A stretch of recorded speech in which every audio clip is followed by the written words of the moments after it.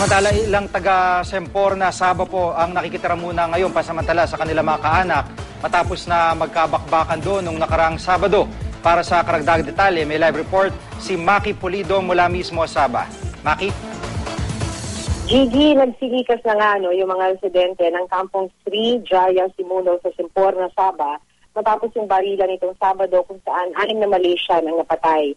Marami dun sa mga nagsilikas nakatira sa mga bangka. Ang iba nakikitira raw sa mga kamag-anak. Walang evacuation center dito. Ang sinasabi sa atin ng mga residente ay kanya-kanya sila ng hanap ng masisilungan. Ang kwento rin sa atin ng mga residente nakausap natin, nung marinig daw nila yung putukan, marami sa kanila natakot, kaya agad silang umalis sa takot na maipit sa gulo. Karamihan, walang nadalang gamit. Binalikan na lang ng iba yung gamit ngayong araw, gaya ng isang residente ang aming nakausap sa pier.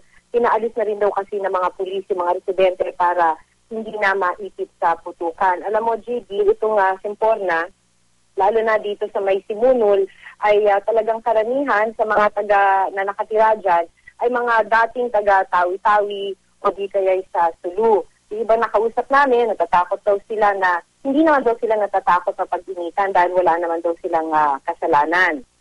Sarado halos lahat ng commercial establishment sa GD, sa sentro ng Sempor na sarado maging ang mga eskwelahan. Alam mo, GD, itong Simunol sa may Sempor na at ang Lahad-Datu o kaya dun sa Tanduao, dito rin sa may Lahad-Datu, ay may 4 na oras ang pagitan, yung biyahe sa pagitan ng dalawang lugar na ito.